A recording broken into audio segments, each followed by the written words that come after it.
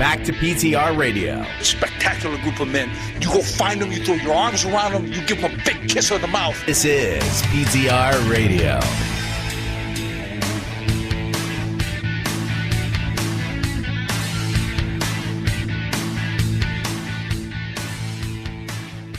And welcome, everybody, to another edition of PTR Radio here on the fabulous interweb. Nothing like a non-Monday show. Sorry for those of you regular listeners. We had to go on a day late this week, and we will be going on in 2 weeks on Tuesday as well. I got my COVID shot last night, and there was no way that I was going to make it back in time for the show. So decided that we would just put it off a day, and that way things would line up with other calendars as well. So it's Tuesday tonight, and then in 2 weeks it'll be another Tuesday. And then back to Mondays for your regularly scheduled program. So, yep. I actually ran the weeks just to see, and discovered if we actually shifted weeks, we would have run into Memorial Day. So this is a much better solution. Yeah, we don't want to do that. Nobody wants to work on Memorial Day. I mean, that's, you do other things on Memorial Day, like memorial stuff. Everybody's got big memorial plans with nobody. Barbecue. Yeah, you can do that. I've heard.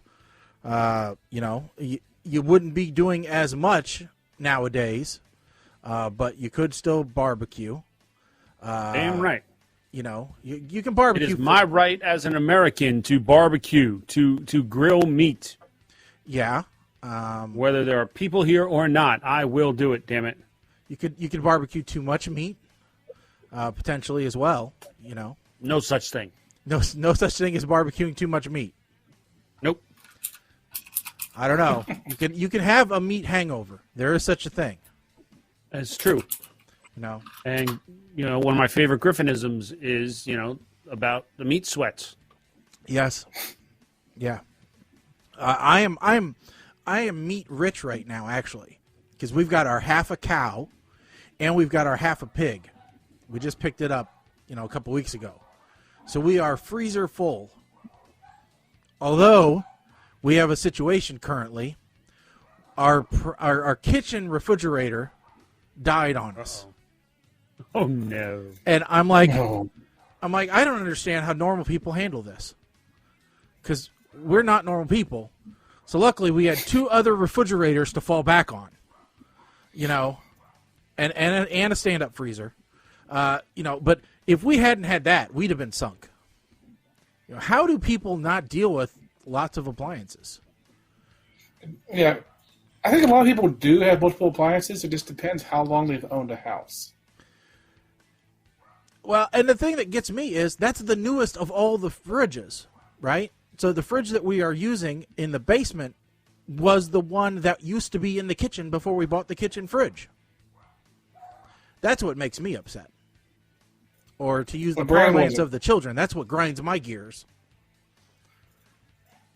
The parlance of Family Guy. Yeah. So what brand was the one that broke? Samsung. That's why. Those are supposed to be good. Yeah, they are. Says who? Well, we just got a brand new dishwasher from Samsung. It's doing really good. For now. Yeah. Well, I'll tell you what we did buy that we don't like is the KitchenAid oven. Don't buy a KitchenAid oven. That sucks. Twice as expensive and broke twice as quickly. Electric or gas? I guess it also depends who you buy Electric. it from, too, here. Okay, well, there's your other problem. Well, Ovens should be electric. Bullshit. Why? If you're big, because you can never seal a gas oven. A gas oven has to not be sealed because you still have to have air getting into it for it to be burned with the natural gas. But an electric oven, you can completely seal the oven, which is important when you're trying to bake. Okay. So gas cooktop, electric oven. I think that is the common combination for the the Food Network crowd, unless it's pizza oven, and then it's different. But I think that's fairly common. So and the wife is actually super kitchen. The wife in the is super actually kitchen. The parents built induction. They have an induction cooktop. Yeah, see, but my wife is actually talking about maybe the next time we have to get a new stovetop, doing a gas one, and that would give her one electric and one gas, because of course we have to have two cooktops in our kitchen. So I told her if we didn't need the cabinet space, we should have gone with two dishwashers. Y'all are ridiculous. And she goes, "You're right. We could use that." No, y'all are absolutely ridiculous. If you got so many dishes that you need two dishwashers, you got a problem. No, it would come in handy like Christmas and Thanksgiving and Easter and birthdays. And listen, if I'm having that many people over that I would need two dishwashers to clean up after, y'all are eating off of paper plates, all right? I'll even get the fancy ones just look that at have the this containers, that have the dividers to keep everything, the big tray-looking ones. I'll even get those for you. You could if do I'm having it that many people. You could look at it this way, Mike. You could take out of the clean one, put into the dirty one, and then never actually have to put dishes away.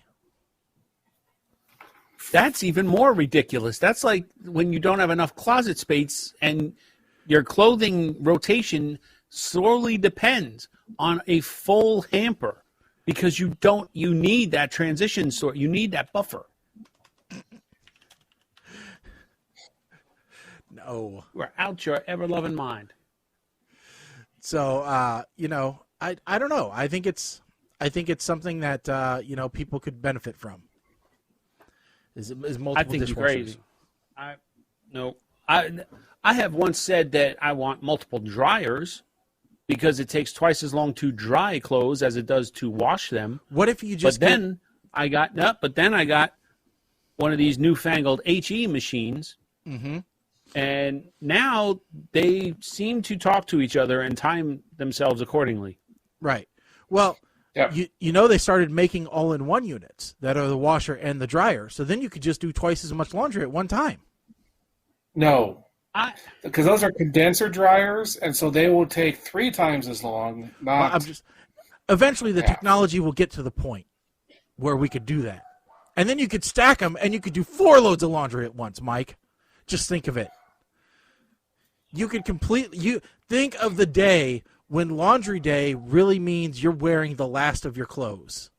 Like a Bermuda pair of shorts with like a diagonal striped shirt, mismatched socks, and that Valentine's Day underwear that you only wear for special occasions, but you have run that much out of clothes because you refuse to do laundry. Because that's a thing that happens. People wait until they reach that level. Going on, Mike, Cisco. Thanks for tuning in. Why? That new washer, was it front loader? I think so. Yeah. Because that's what makes it different. No. Yeah. No. We have a GE pair, front loader washer, so it takes an hour to wash the clothes and about half an hour to dry them. Yeah. We actually need 2 washers for 1 dryer. Okay, so and she clarifies, I have not been spying. I'm just a single man. Or was. I'm not now. No, that did not come out. This drink is strong. No, when I was single, I had. You prefer not to be a single man again, obviously. I absolutely am not. No, I get yelled at because I do my laundry every Thursday, whether I have a full hamper or not. So you're like Sheldon. It's Laundry Thursday. It's because I have to wash all of my hockey clothes before hockey on Friday. Oh, I thought maybe you only had 7 pairs of underwear, and come Friday, if it's not done, you're free-balling it. So listen. So Cisco's asking opinion on front loaders compared to top loaders. So here's my thing.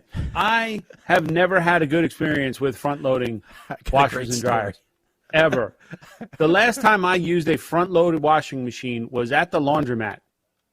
I threw my comforter in, and then I took a walk to go get a cup of coffee. When I came back, every towel that this poor Chinese lady had in the back was in front of the washing machine that my comforter was in. Why? Because apparently that seal went bad.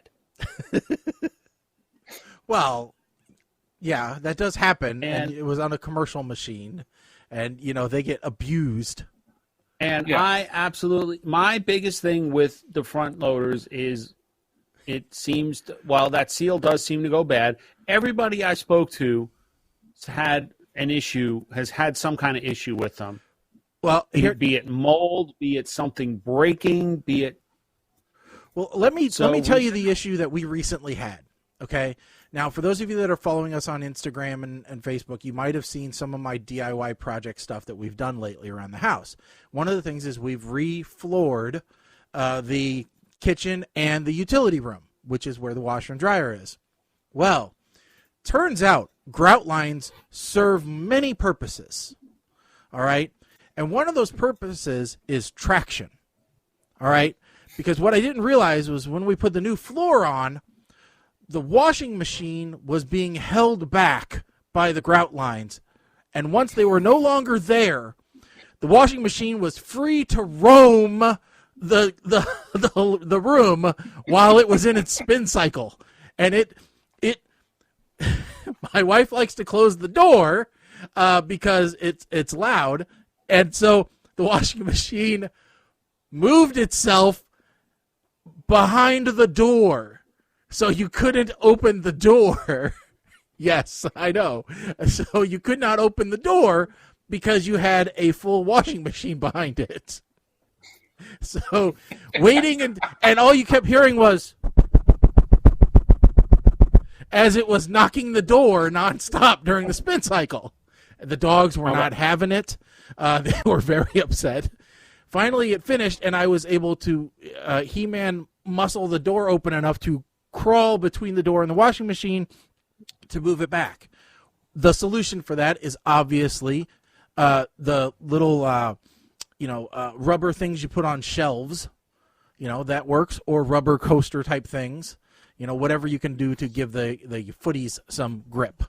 But yes, that was very exciting for the day.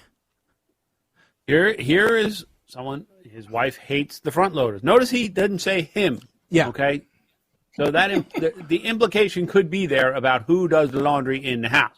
Yes. I am not making that implication. No. Meanwhile, Mama Blair says she loves, and here's a valid reason. Short people tend to not like top-load machines. That's right.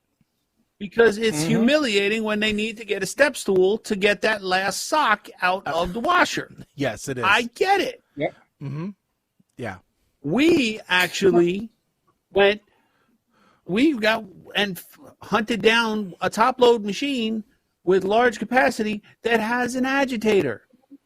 Because I refuse to have something without an agitator. Why? Because we have animals, damn it. Mm-hmm. I need that agitation to help get the pet hair dislodged from the fabrics. Mm-hmm. Yep. Agitation is sometimes a good thing.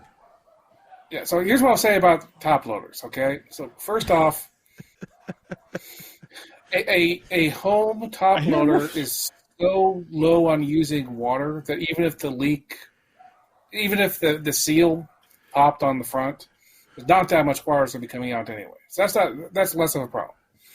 If the drain comes off on the back, yeah, but that happens. That was one thing. My wife was really worried. She's like, "What if it pulls the hose out of the drain? It's just going to flood the whole room." It goes out of the drain.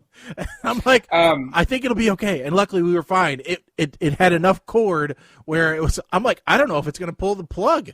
I really didn't know how far this thing was going to walk around the room, but we got lucky on that one. So, LG and Samsung are both rated very well, but they also are very unlikely to have a repair person who can get any parts to fix them with. Well, and now that we're in a global chip shortage of everything, it appears like, you can't find parts. You can't get parts to fix anything anymore, and it's only getting worse. Yep. Did you see that another chip manufacturer had a giant fire, and so they had to shut down? Yeah. a silicone chip manufacturer, had a fire in one of their, and they're the ones that just make the wafers, so they're one of the beginning parts of the process. They had a fire and they had to shut down, and so now we've got China under water restrictions. We've got fires in places, plus we've got crypto miners. What's next? I really don't know what's next. Dust storm. Locust. That causes 1 in a million Freightliner to jam up the freaking carotid artery of the shipping lanes. Oh, God, did you see some of the photos from that? It's beyond insane. And the photos just don't, when you look at those pictures, it doesn't seem that big. But then once you realize that each one of those shipping containers is like 40 feet long. No, it's more than 40 feet long. It's more like 2 football fields long. No, those shipping containers are not that big. Oh, no, I'm sorry. I'm sorry. You said containers, and I was thinking shipping like ships. So okay? I'm back to your scale now. Sorry. Okay, and they're about, each shipping container is the length of a tractor trailer, right? Yes. So 40, I don't know, maybe 40 feet. I don't. Yeah, they range from 20 to 40 feet, with around 8 feet in width. Yeah. So that thing was huge. Yeah. Sideways. Oh yeah. Now, now part of me is thinking, now they've been talking about expanding or widening that canal because, obviously the ships are getting bigger and bigger. My theory is a ship cannot go through the canal if it is longer than the canal is wide. Yeah, you would think that there should be a requirement that you should have to be able to do a 180. You should have to be able to do a U-turn to go through the canal. Right? No. No. Yes, because I think you should. Because the only thing that would be able to get through the canal would be someone in a canoe. Well, I'm saying that we should make it bigger. No. What I'm saying, yes, they should make it bigger. What I'm saying is it should be, if the ship is, if the canal is 100 yards wide, or no, since it's, 100 meters wide, then no ship should be able to go through it that is longer than 98 meters. Yeah. This way, if it did somehow shift and turn, it wouldn't get jackknifed in there. Yeah. That's my logical thinking, which probably doesn't make. The problem is the captain was trying to drift, and it didn't work. Did you see what the captain did before that, though? Did he post a meme? I'm not sure. No. Okay, so the captain's probably not going to get in trouble for actually getting the ship stuck because he is basically a big storm as wind pushed him over. But he might get in trouble because people looked at the track of the ship before he got to the canal. And apparently, while the ship was waiting for its time to get there, it decided to trace a giant cock and balls in the ocean.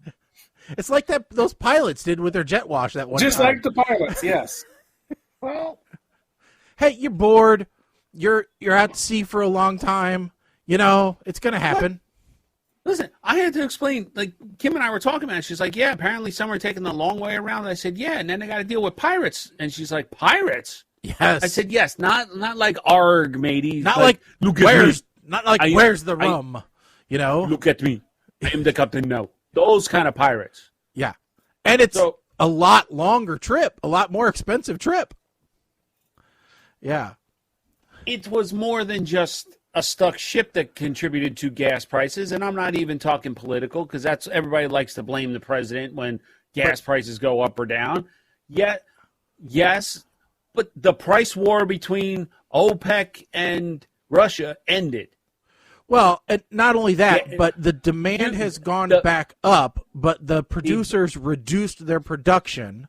Yes. And it takes a while to catch back up to demand. Yes. The all-time low of negative $37 on a barrel of sweet crude is never going to be hit again in our lifetime. Well, unless we have another pandemic. Or we finally become energy independent and the wind turbines and solar panels and solar winds will carry us to Mars. Yes. And yes, there was a lot of mud involved and dust, and it all came down to one guy with a bulldozer. Yep. To save the world. And Mike Rowe is just sitting back saying, "Hey, trade jobs, school bitches." Yep. No college graduate did this crap. Look at us now. Certified. That's all you need to be. Certified, not PhD. Apprenticeship program, bitches. That's what. Yeah. Okay. One last thing on because I was catching up on the comments there on washer and dryer. Okay. Yes. GE. Mm-hmm. But you have to look at the front of the washer. If the front of the washer, if you look around the outside, it has these little vents around it. Mm-hmm. Those are the brand new GE washers. They're amazing. After you use them, it actually runs itself in a dry cycle where it actually blows air through the gasket to make sure you don't get any mold issues. Okay, that's what we have. It's wonderful. If it's a GE washer that doesn't have those little vents on it, those are the worst rated washers around. They actually were made by a different company. Like the GE appliance company just got bought, and so the older appliances that don't have the vents, no, run away. But if they have the vents, it's great.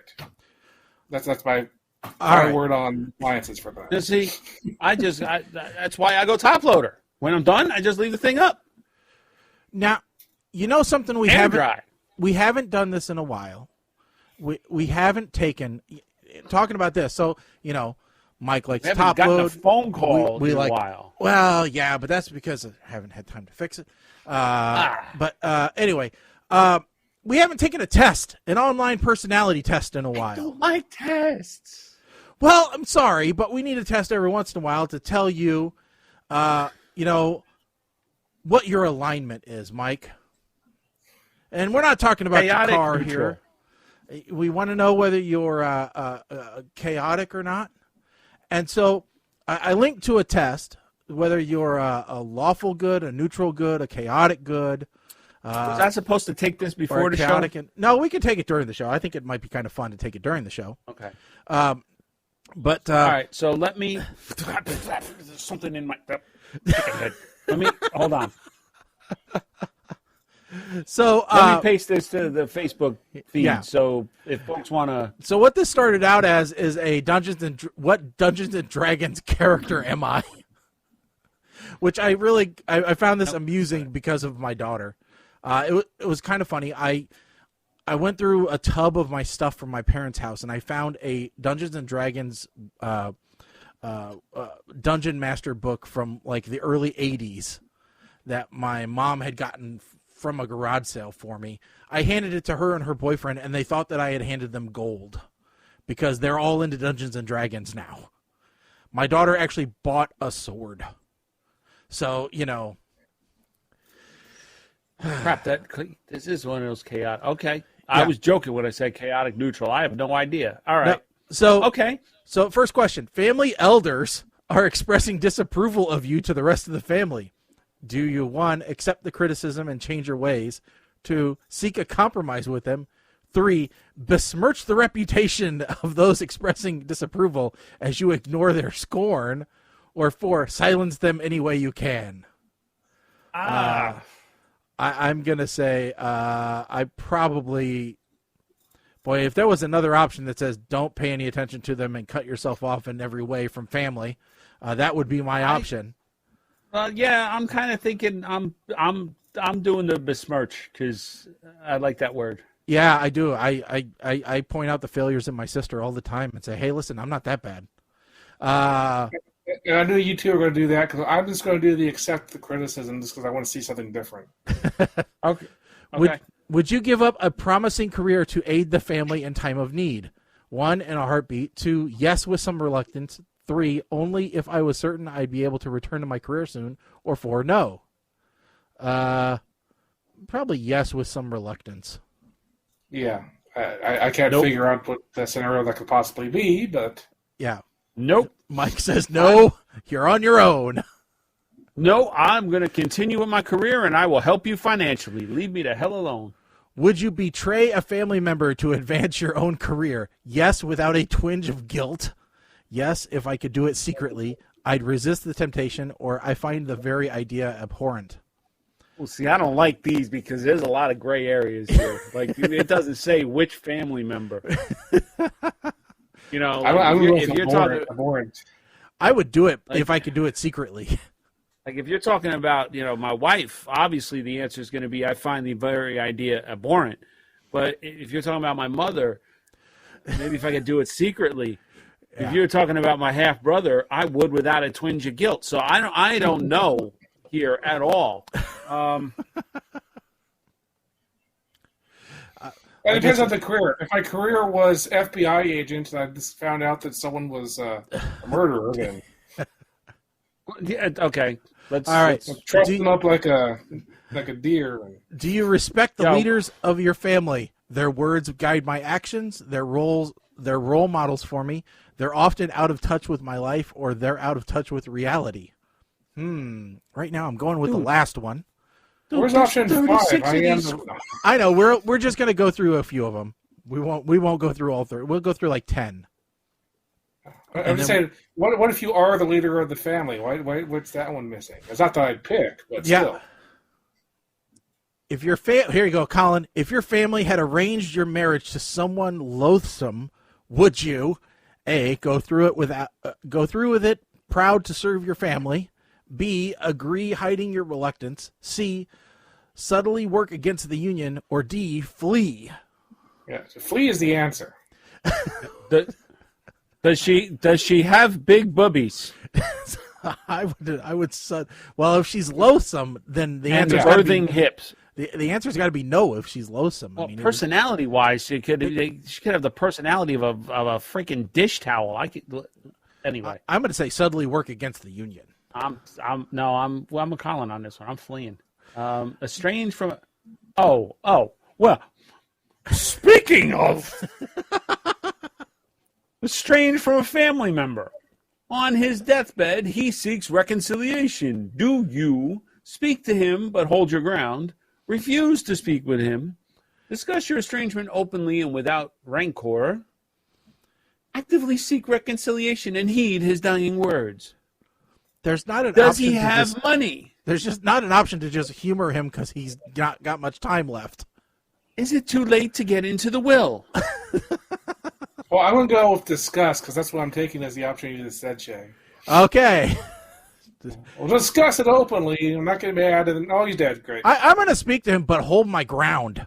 That's, I'll listen to him, and he doesn't have to know that I'm not going to pay attention. He's halfway out of it Refuse. anyway. Okay, Colin, here we go. A powerful but corrupt judge offers you wealth if you'll testify against your friends. Do you condemn your friend and take the money? Take the money and testify, but try to keep your testimony ineffective. Refuse the offer and refuse to testify, or testify on your friend's behalf no matter the consequences.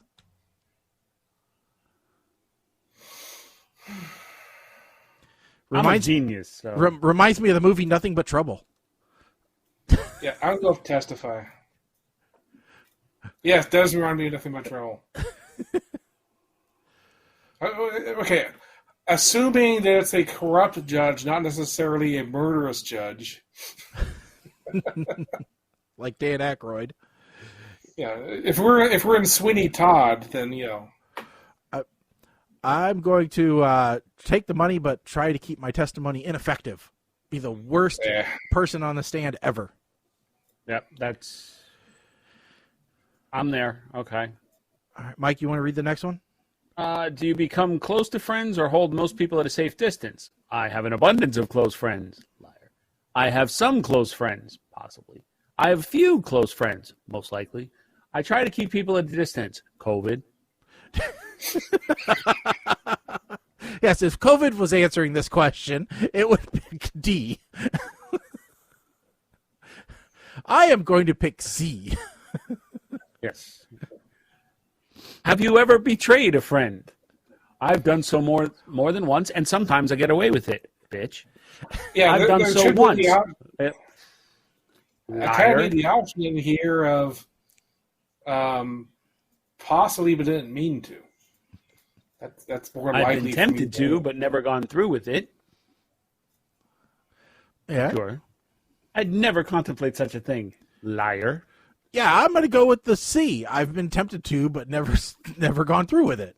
Because you got to be tempted at least for a second. And then the last one we'll do on the air is, how do you view life? The one that none of us will answer. Really? Well, Colin, we got the same. Colin, it'll be different here. How do you view lifelong commitment to a single romantic partner?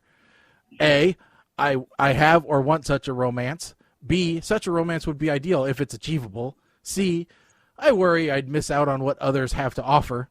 Or D, tie yourself to one person? That's a huge mistake. I don't like any of these. I'm going with a strong A. Of course. Colin, what would your fill in the blank be?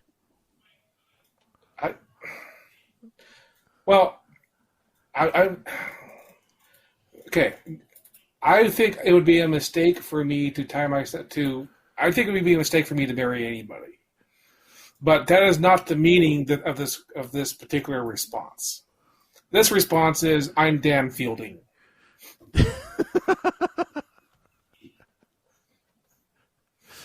So for purposes of keeping this to what I think the particular quiz is saying, I'm actually going to go with the if it's achievable.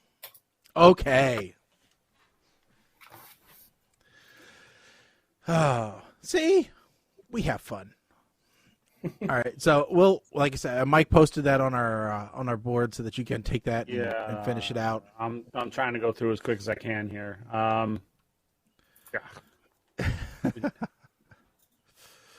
But yeah, I mean it's there's quite a few questions here that you can go through. That you can do that you can run through.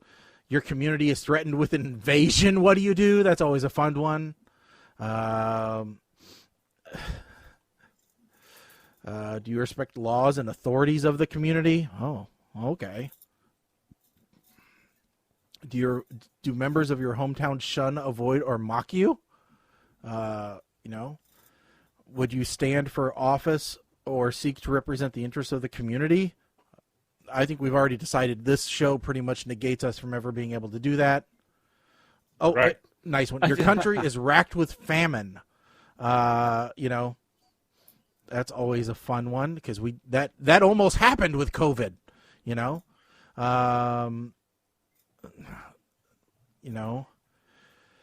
Some of these are just getting stupid as you get further on. Like, Yes. Do you rely on the government to enforce contracts and property rights? One of the answers. Are you kidding me? The government can't even pave roads. If offered enough money, would you slip a poison into your king's drink? I'd like no, and I'd warn the king of the plot. That seems like a great one.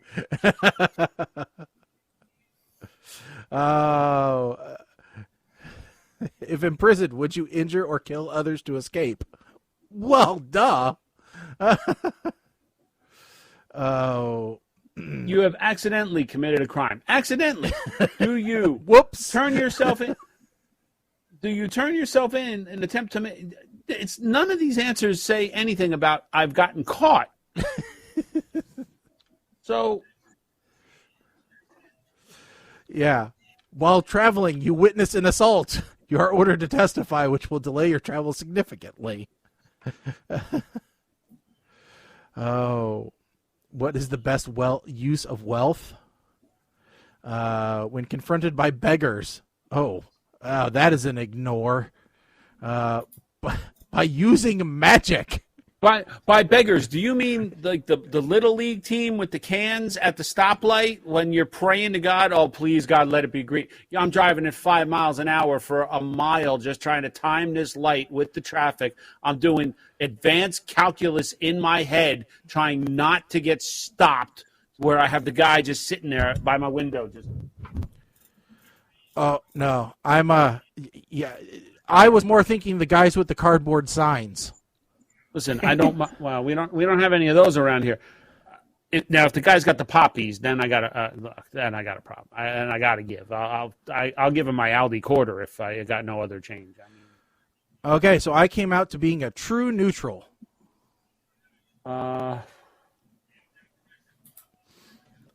Who does what seems to be a good idea, but doesn't normally feel strongly one way or another when it comes to good versus evil or law versus chaos. Which is about right. I could take it, I could leave it, you know. What are you? A true neutral? Son of a bitch, so am I. I figured, knowing us, I figured most of us would probably end up in that category. So my alignment otherwise, my next two are chaotic neutral and neutral evil. Are tied after true neutral. Because if you scroll down to your detailed results. Okay. Yeah, I think that's probably mine too. So, but I thought we haven't taken a survey in a little while. Colin seems peer pressured answering these questions. Yeah, I'm going to answer him. And probably. Well, now. So, true neutrals. That means what the summary is. I don't give a damn what y'all think. I'm doing what I'm going to do, and that is my guiding star. Mm-hmm. Yeah. I wonder how difficult it is to get that thing to say anything but true neutral.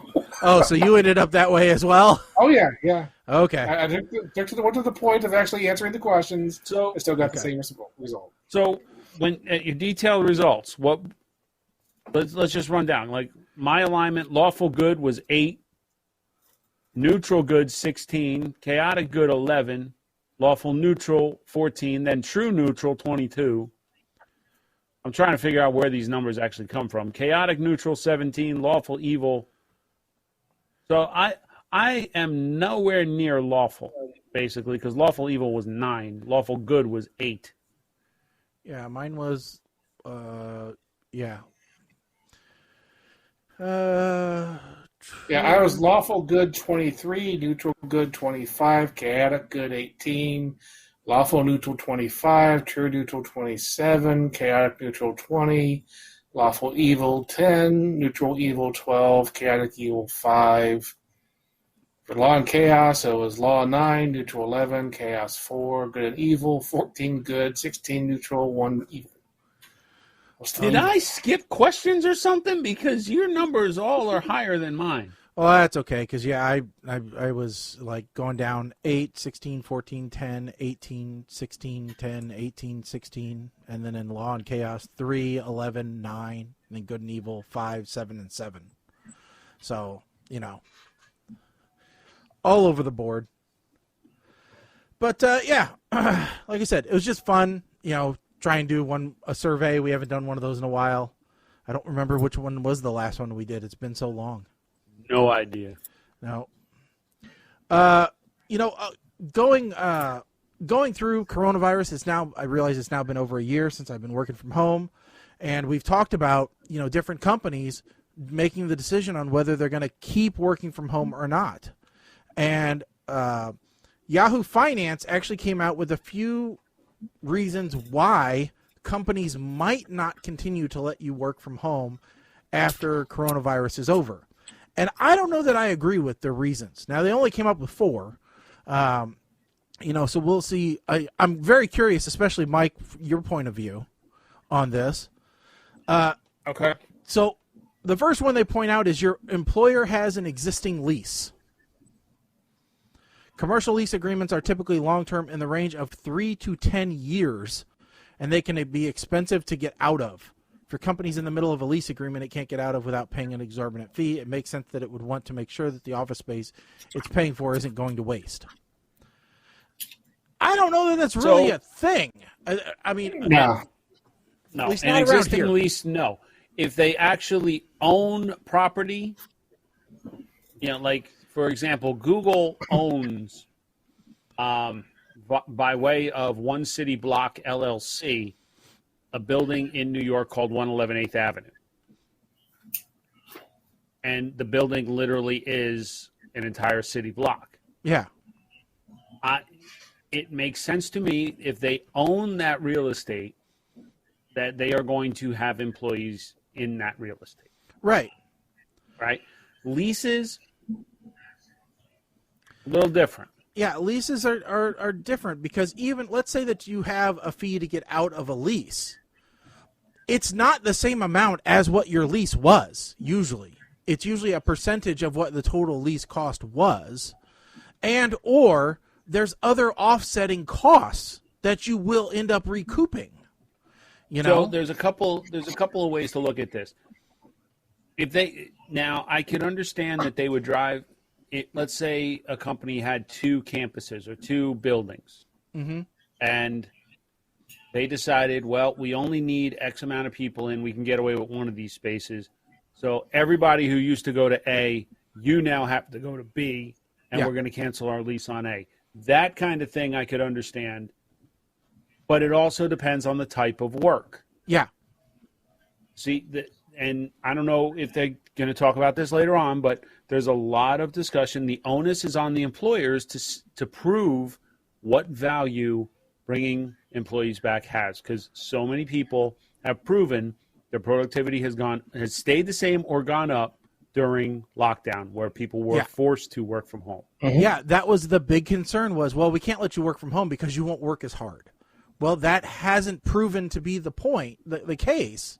So now you really have to make a case of, well, there's a bad aspect to this. And that's why I say some of these points are dumb. So here's another point that Yahoo Finance says. Your company wants to bring back the social aspects of work. And particularly here, the photo that they show along with this article is a pizza party. All right? Who is desperately craving to have shared food with their coworkers? Okay. Who? Let's just talk. Let's just say a couple of things here. First of all, that is the cheesiest or worst looking takeout pizza I have ever seen in my entire life. That looks like somebody put Jack's in a cardboard box. And literally, that is like one piece per person. That is the cheapest company ever. So, number 2, social aspects. Listen, we'll all go to happy hour afterwards. Yeah. Number 3, I was on a call with my team today.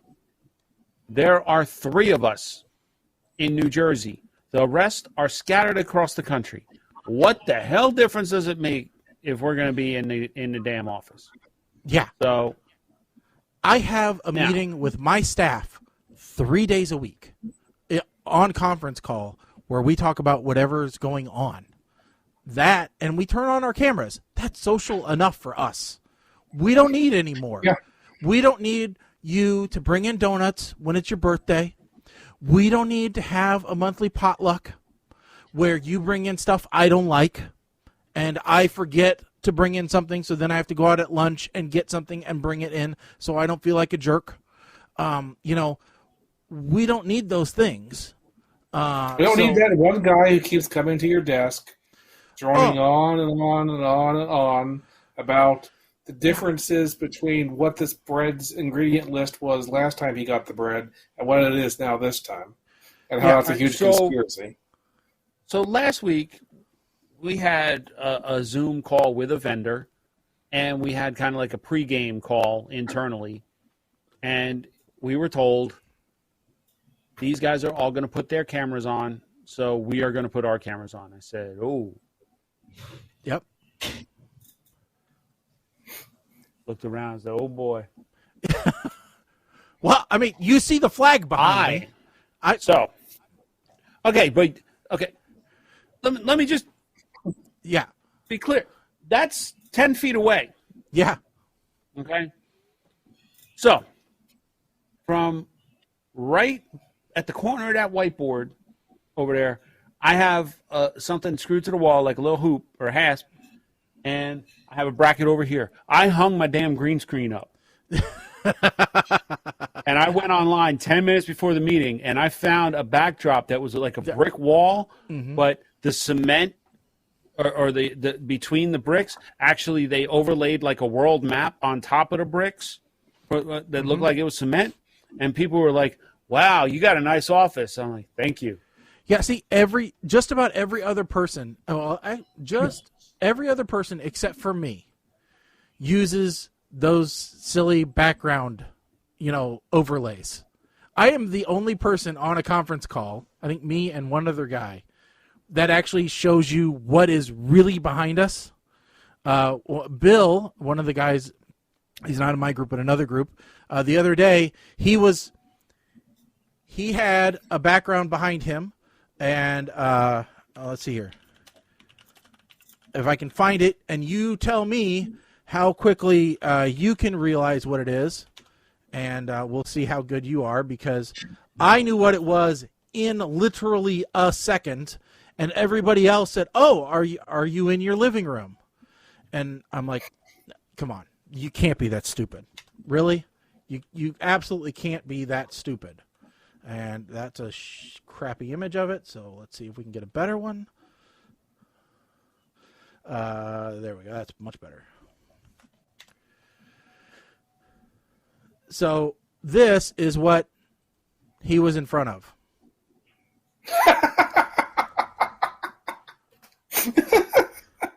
That's what he was in front of. And they're like, "Oh, we get to see your room." I'm like, "That's the set for Married with Children." I'm like, "That's a freaking 30-year-old sitcom set. You should know this."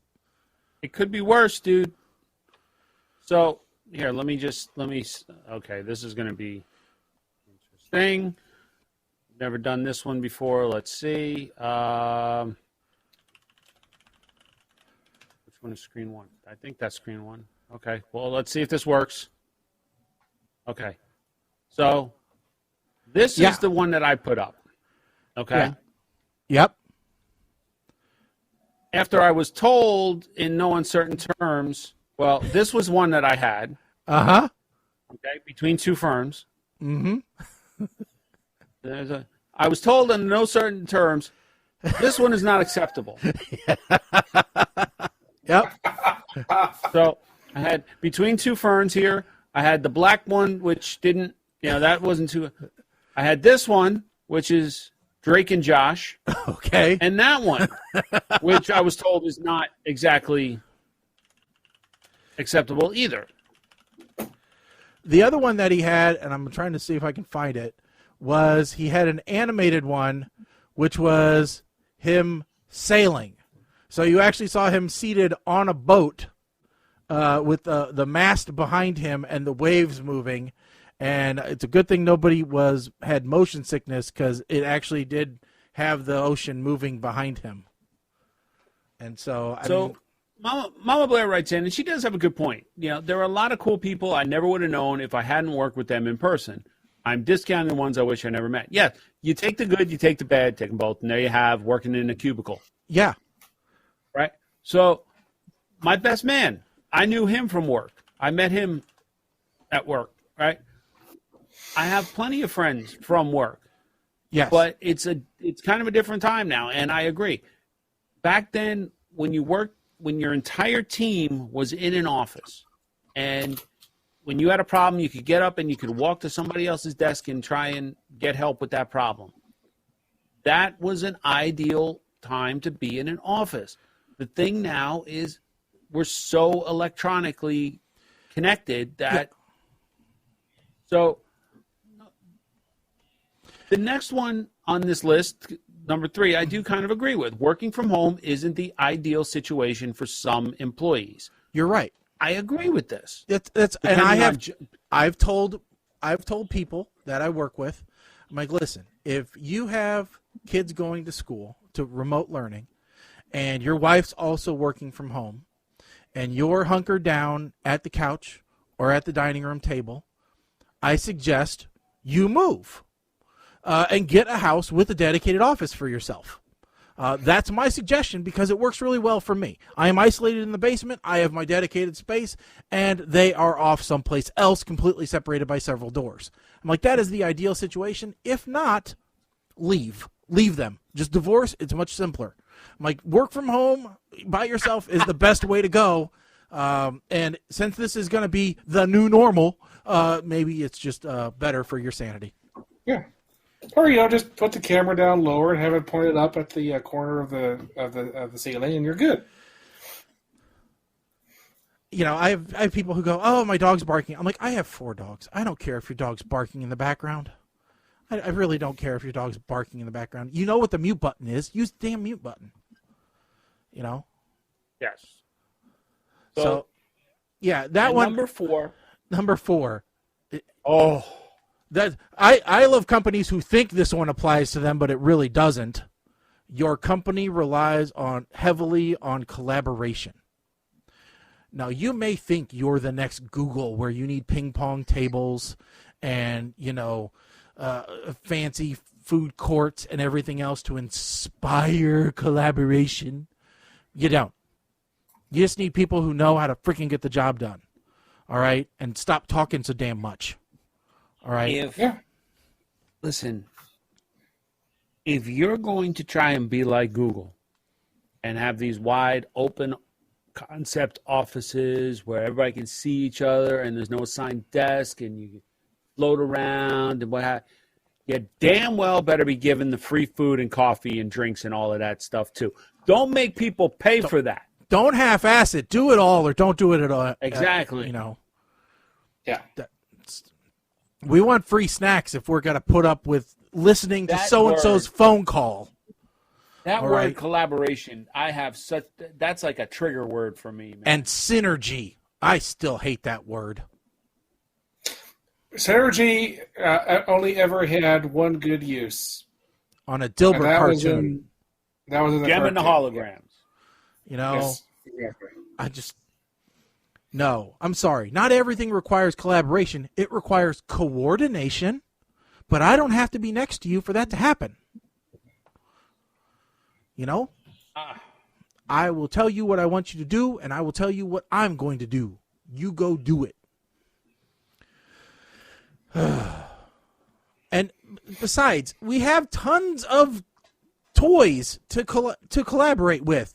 We've got Teams. We've got Slack. We've got Outlook. We've got, name your poison. We've got more ways to communicate than you can shake a stick at. We don't have to be right next to each other. Yeah. I have a question. Yeah. WebEx versus Teams. Which do you prefer? Go.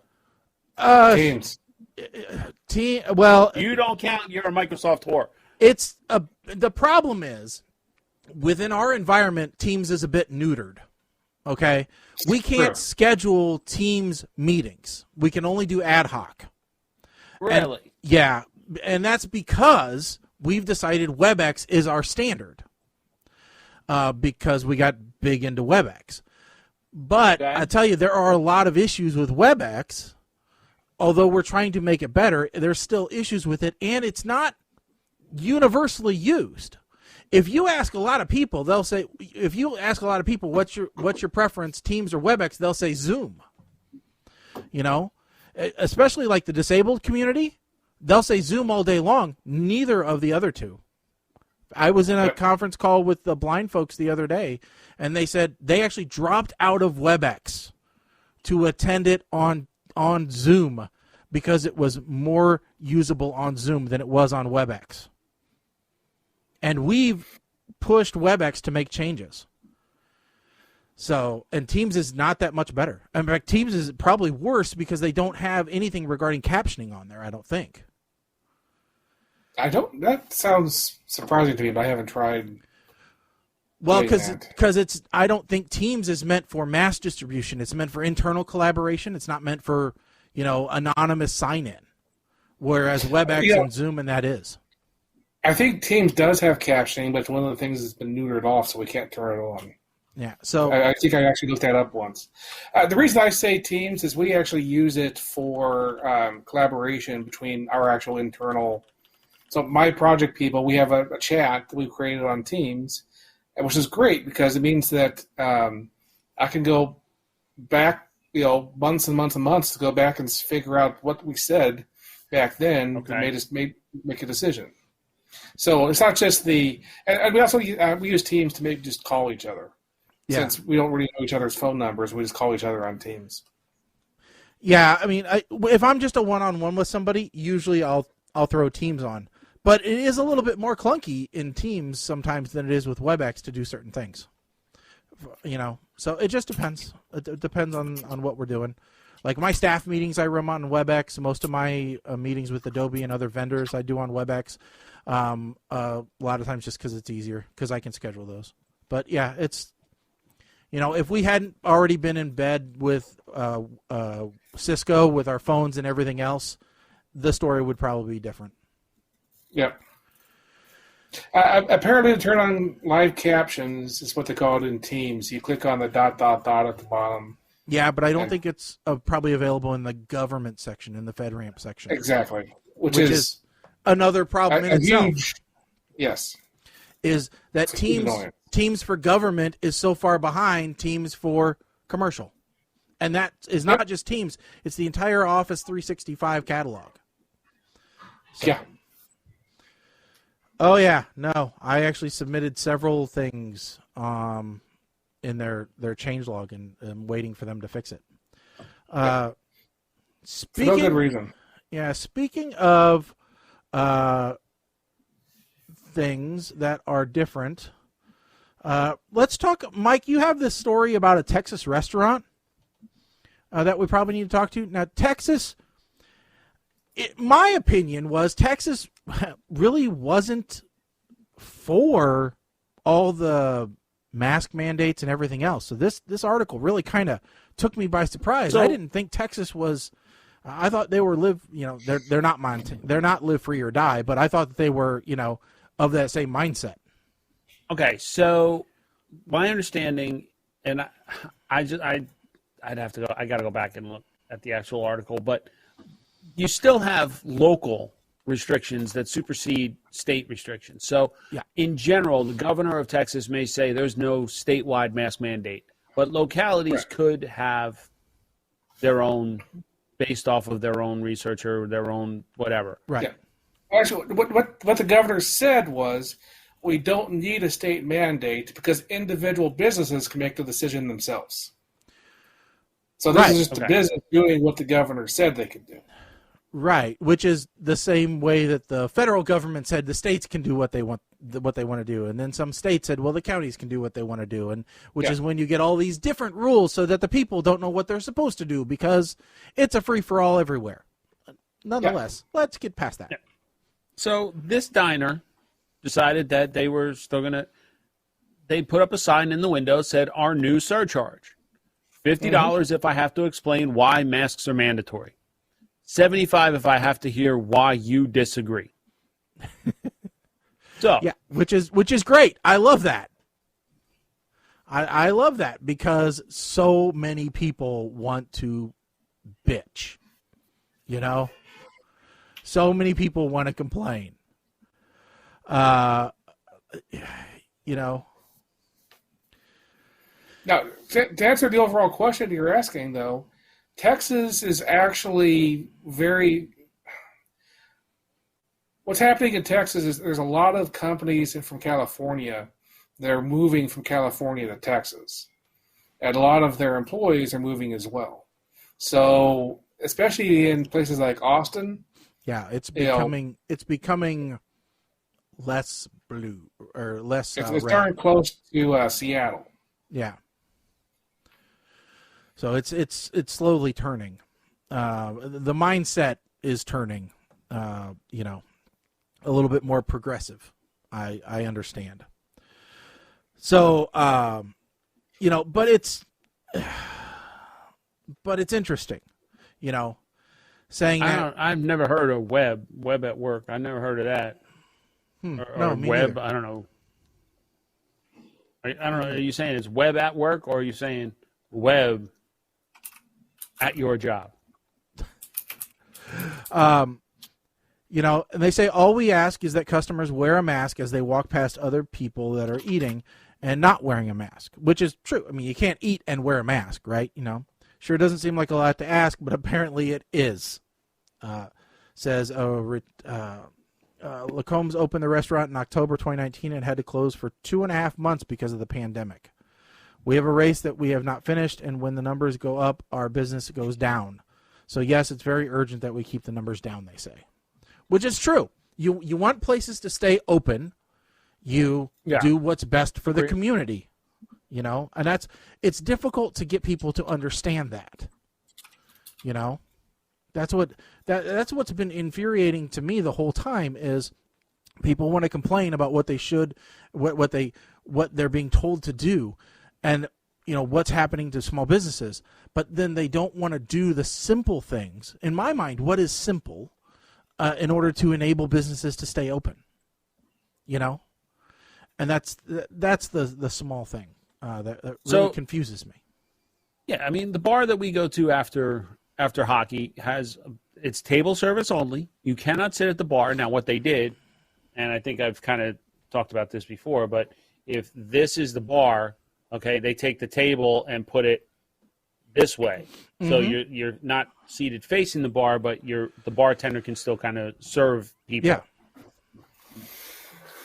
The rule is very simple. Butt in a chair, your mask is off. Butt in the air, mask is on. Doesn't matter. So you can't stand at your table and drink. You can't stand and socialize. If you're going to the bathroom, you have to put your mask on.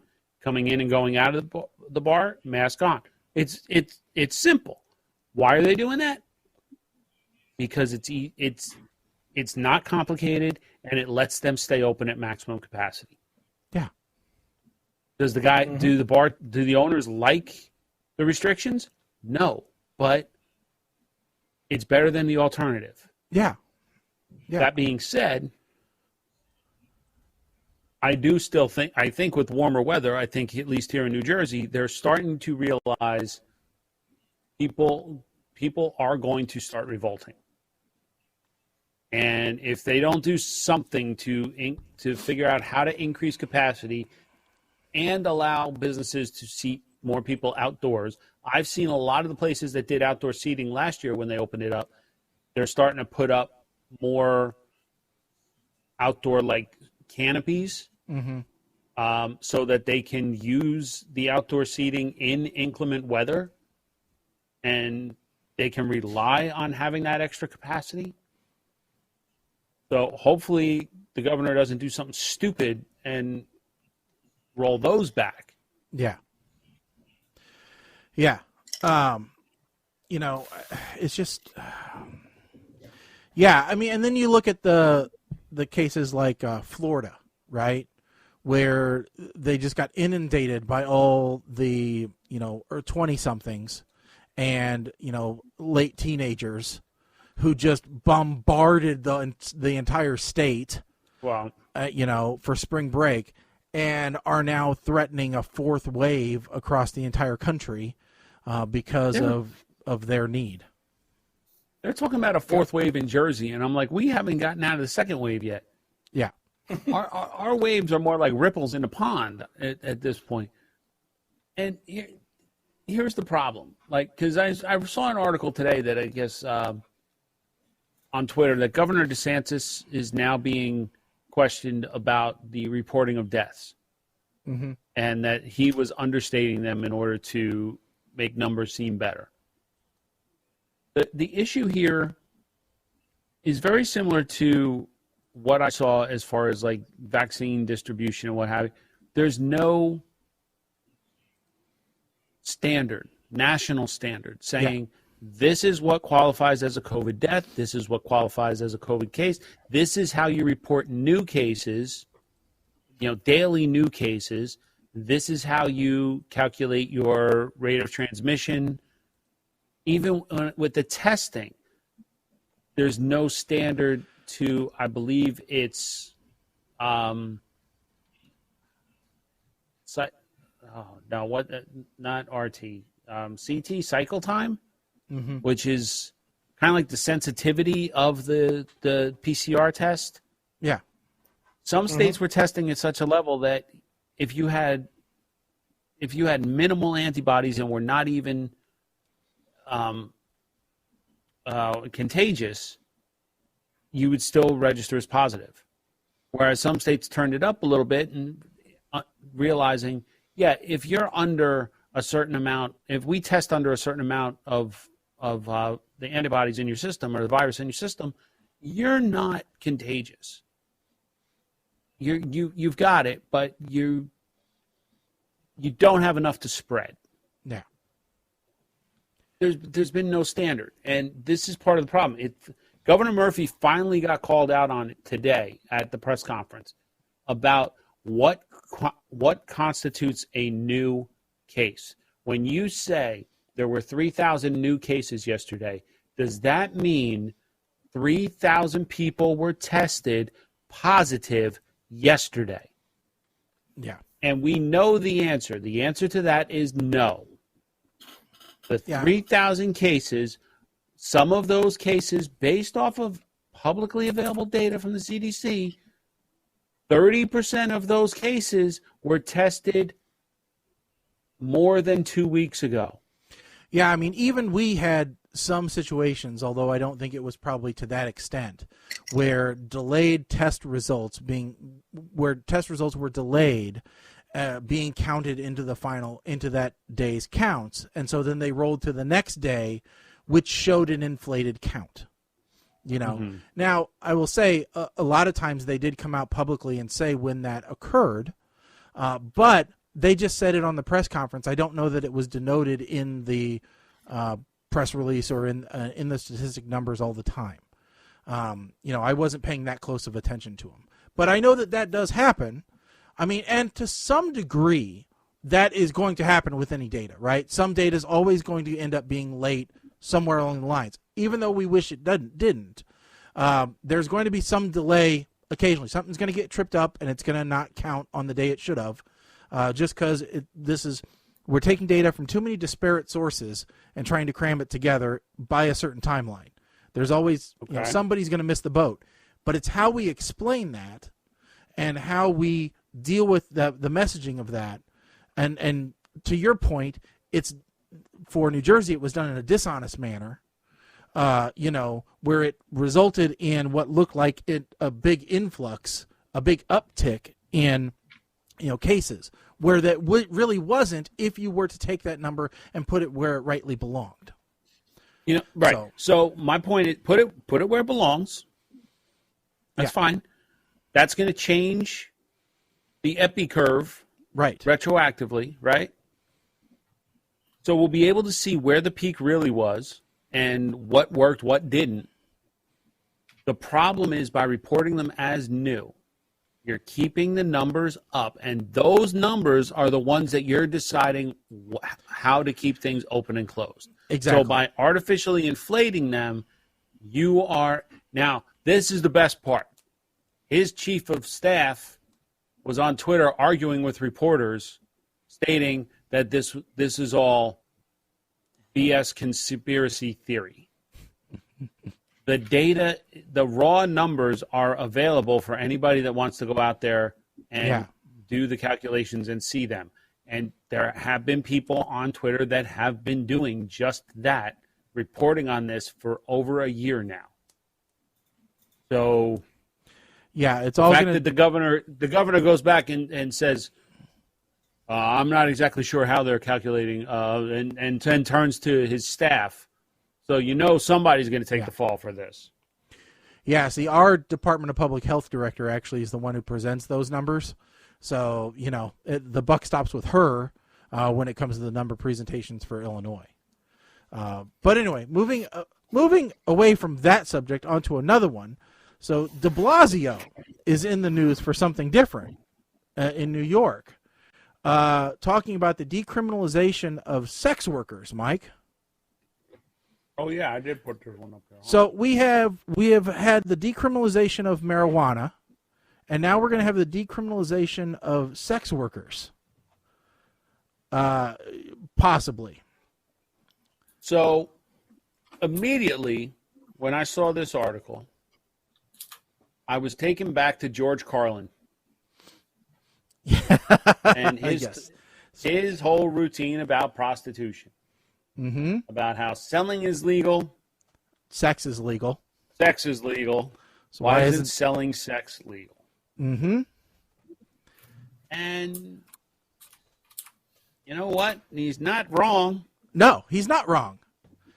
But it potentially has the same pitfalls if you look beyond just some of the other things that decriminalization of other things has gotten against it. So, for example, the decriminalization of marijuana has caused a different problem with that industry, i.e., taking of depositing of the funds of sales, for example.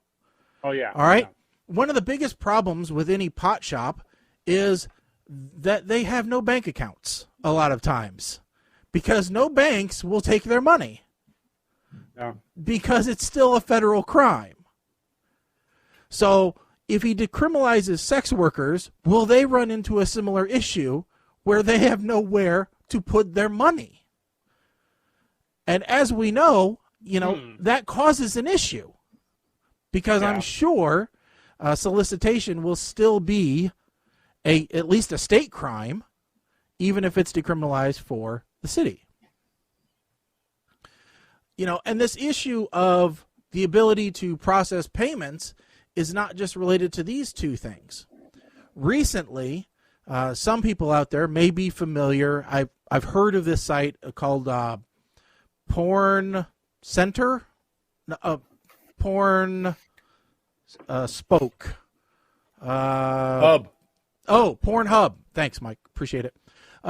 So they recently had a challenge that their credit card processors were going to walk away from them and leave them unable to process payments because of a report of a potential for either sex trafficking or child porn on the site.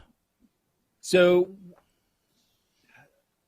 there's also been cases where PayPal has decided they decided a while ago that they would no longer process payments for any kind of vaping paraphernalia or any tobacco product. Right. And to go on further, I worked on a gun range website, and I could not hook up PayPal to process payments because PayPal said, we will not process anything relating to weapons. So knives, gun accessories, even gun memberships, they would not process those payments. So a question that I have is, why are these industries stigmatized this way and punished for just their choice of business? We don't see this level of I'll use the word discrimination used against any other business. So I have a couple. Go ahead. A couple of theories. The first one. Well, I shouldn't even say theory. Part of my concern here is when did the credit cards become our nanny? Yes. It's one thing when the government tells us we can and can't do something, or something is legal or not legal. But for the credit card companies, and this was pretty much a stand. Pretty much all the credit card companies came across and said, we're no longer going to do this. So when did they become, and you brought up a good point, is this because of a liability concern? Like, are they afraid they're going to be sued for something? But at the same time, then I wonder, does this open up a potential business opportunity if someone chose to take it on? Like, what if Visa, MasterCard, Discover, PayPal, they all said, nope, we're not touching this. And American Express came in and said, we got you. Yeah, we're America's card. Weed, vape, porn, you name it, we'll debit it. What if they did come in and say that? Because I was thinking about the liability aspect, because that's one of the reasons that Discover, Visa, and MasterCard said that they were thinking of pulling out of Pornhub, is because of the potential ramifications of it. And I'm like, okay, let me ask you this question. How many people are killed by drunk drivers every year? Okay? Because there's a lot. But I have never seen them once pull out from processing payments at bars or liquor stores. You know? So if they're really concerned about possible transactional liability, then shouldn't they be worried about that? Look at you using big words. Proud of you. So I will say, just to, for argument's sake, PayPal does, at least at one point, will not allow itself to be used to buy alcohol. You know, but I still don't. Okay, so here's part of the question: is that before they started having the PayPal credit card? Like, if I have a PayPal Visa, right, mm-hmm. and I go to buy a 6-pack of beer, is that going to be declined? I'm not sure. I don't know if that's underwritten by PayPal or by Visa, and then it should. It wouldn't be by either. So a Visa card has to be from a bank. So okay. I'm not sure, and I know PayPal. I'm not sure if PayPal qualifies as a bank, in which case they can issue their own, or if they're working with somebody else. But like I said, I do know in particular, PayPal, Square, they both were not allowing any transactions for anything having to do with guns. All right? And it didn't matter whether it was a holster or a clip or a bag to put it in. If it had anything relating to weapon anywhere within the product description or the product category or anything like that, no, you were out. And they would ban your account if they saw you trying to work mm-hmm. around the system. So, but again, the question is why? Why? Why the issue? And because behind the scenes, they're still using the same credit card processors as everybody else. They're still using MasterCard, Visa, Discover, et cetera, right? They're still utilizing those services the same as we are, just on a larger scale. So I want to know, why do we have certain categories blacklisted, all right, because certain people say these are bad things, and we have other ones that aren't, that there is really no difference for. I think so. The marijuana thing, pot shops and bank accounts.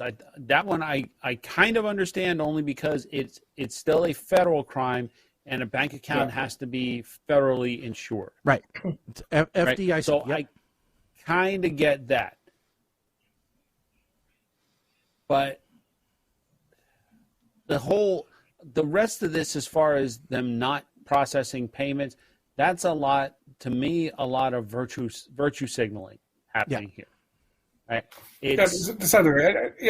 PayPal's always done this, so it's less of a thing for PayPal. When Visa itself starts blocking stuff, that becomes a bigger question of what's happening. Now, to answer the whole thing, though, of why, and here's the thing, you get people who are like, this is violating the First Amendment. I said, no, this is happening because of the First Amendment.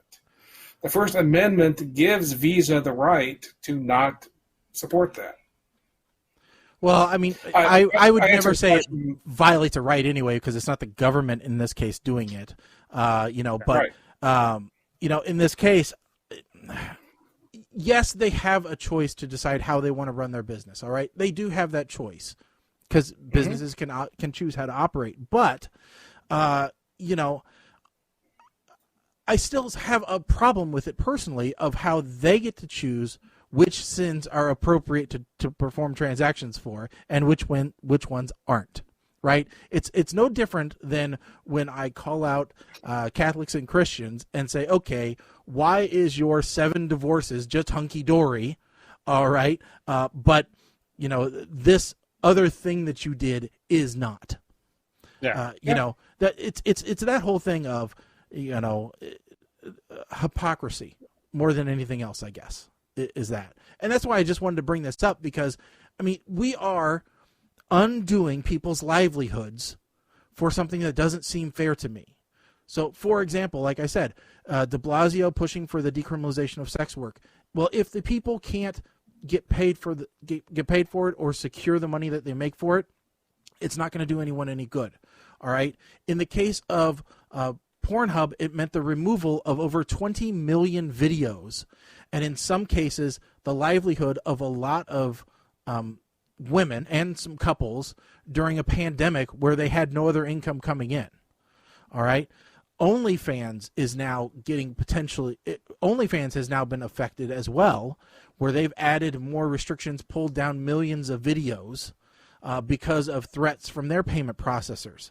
Entire accounts have been stripped of every video on their site because they're changing their terms of service and saying suddenly now this type of video isn't allowed anymore because our payment processors said they don't like it. And so people who were making thousands of dollars a week are suddenly reduced to nothing, because a payment processor decided to change. That's where I think it's having real effects on real people for no fault of their own, but for the whims of a company that they have no say-so and no power to say, hey, listen, you're hurting me. You're hurting how I can support my family. There was a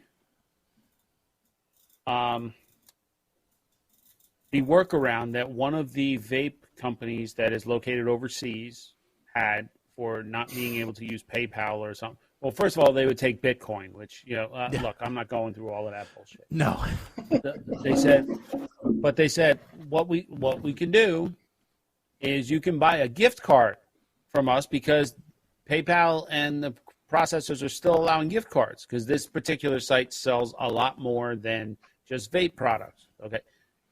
Fast Tech. Mm-hmm. Right.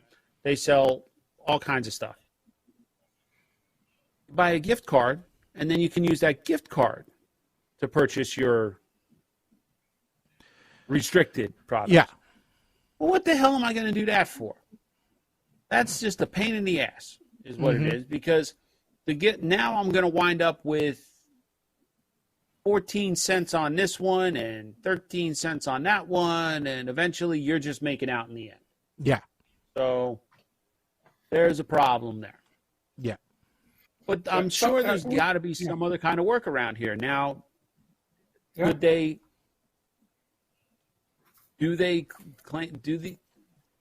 these sex workers then basically create an LLC where they wind up receiving a 1099 for unspecified contract work? I'm telling you, maybe we should bring back Shaggy's Hotel.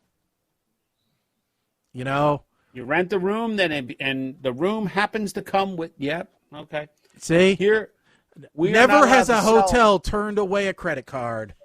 We are not allowed to sell bottled water. However, if you come over and buy this piece of paper for $1, it comes with a free bottle of water. That's right.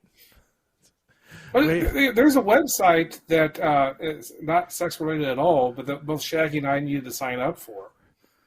And the way we did that was we bought them an Amazon gift card. Yeah. That did work. Okay, that's basically the plot line to Easy A. So, she pretended to have sex with everybody for gift cards. But yeah. Yes, I think Shaggy's Hotel, where every room comes with a free massage, would work. Possibly. I'm sure they're going to find ways around it. And possibly the city becomes a central bank, God forbid, because New York is phenomenal with their finances. Every municipality is great with their finances, Mike. I don't think there's a single one that's running in the black. So, to answer that question for a while back, Synchrony Bank. That's who the PayPal MasterCard's running from. Okay. Yes. Now, It wasn't, because PayPal credit used to be just through them.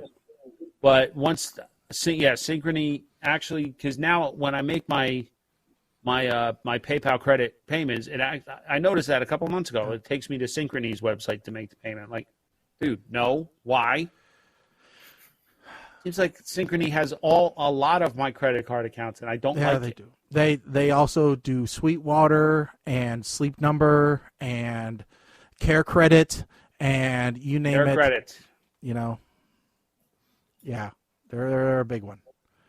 All right, so we're just about ready to kick off our double feature movie review, but before we do, since that topic does talk about streaming, we should talk about a big change that's happened to streaming within the last couple weeks, and that is a major addition to the Roku channel.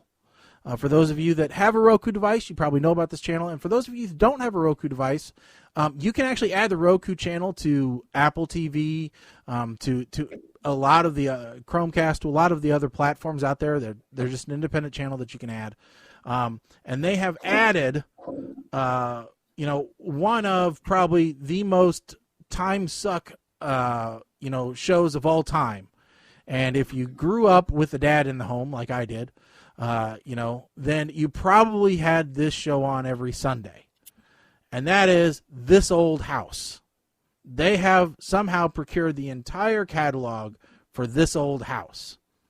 1,500 plus episodes is now available on the Roku channel. And all I have to say is if they could just please get like New Yankee Workshop added to that, then that could be like the home of, that could be the PBS DIY network is what that could be. They could really have everything together for you. Because if you don't fall asleep to the dulcet tones of Norm Abram, I don't know what you're doing with your life. Do you know Mike Holmes has a new show? Mike Holmes has everything. He's about as whorish as Dwayne The Rock Johnson. Mike Holmes has a new show on Fox now.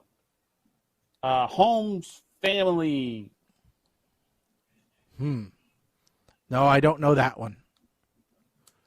I can't even stand to watch it. Like, I'm so sick of Mike Holmes. And ever since, America's Best Handyman or whatever that bullshit reality show that him and what's his face, Ty Pennington did together. Like, yep, nope.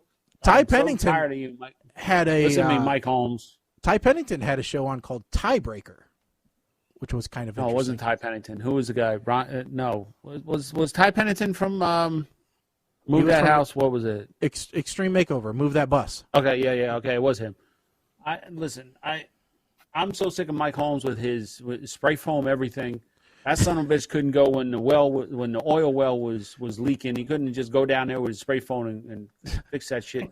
Nope, didn't have time for that. He was too busy spray foaming somebody's house that they hired a contractor that told him it was only going to take $500 to insulate the entire house, and then panicked when the guy didn't come back after he ripped all the drywall down, did the demo, and never came back. Dude, it's a $15,000 job, and he told you $500. Did you really think? What? Oh, you want nails? Okay, don't worry, we'll buy that box.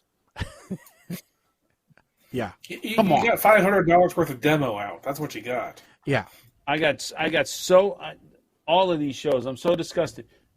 Flip or flop, or no, love it or list it.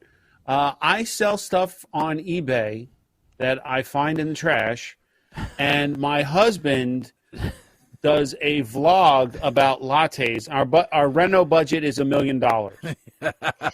That's about like the RV show that I watch. I'm a vlogger.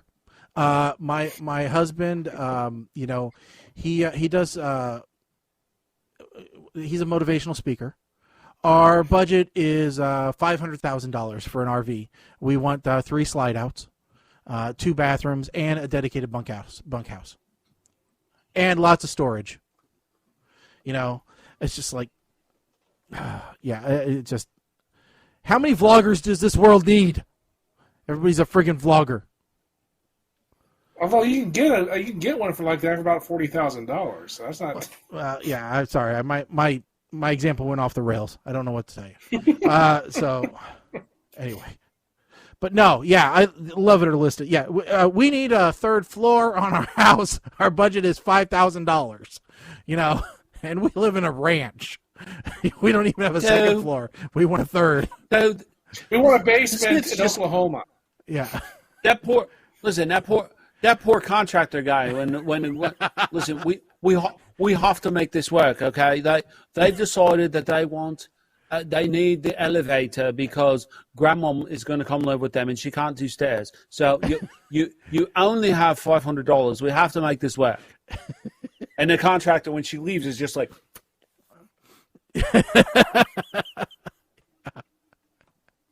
Yeah. So, have you seen the new version of Trading Spaces? Joanna and Joanna and the one in Waco. Oh, Fixer Upper? Yeah, Fixer Upper. No, because I don't have this. You don't have Discovery Plus? Streaming for them. No, I bought Disney Plus finally. Leave me alone. Yeah, they've severely fixed that show when they came back. They're like, okay, we're not going to bother with the real estate agents, and we're going to look at 3 different houses. They've already bought a house, and this is their budget, and we're going to go in and renovate it, and that's it. There's no stupid formulas, no stupid tricks. They're just, one of them was a employee of the company, and they didn't even lie over. He was an employee of the company, and he wanted his house renovated, and he promised to stay out of that folder on the server so he wouldn't see what the design was in advance. I was like, this is okay. This show is back. This show is on its this is good now. This is get rid of all the fake crap.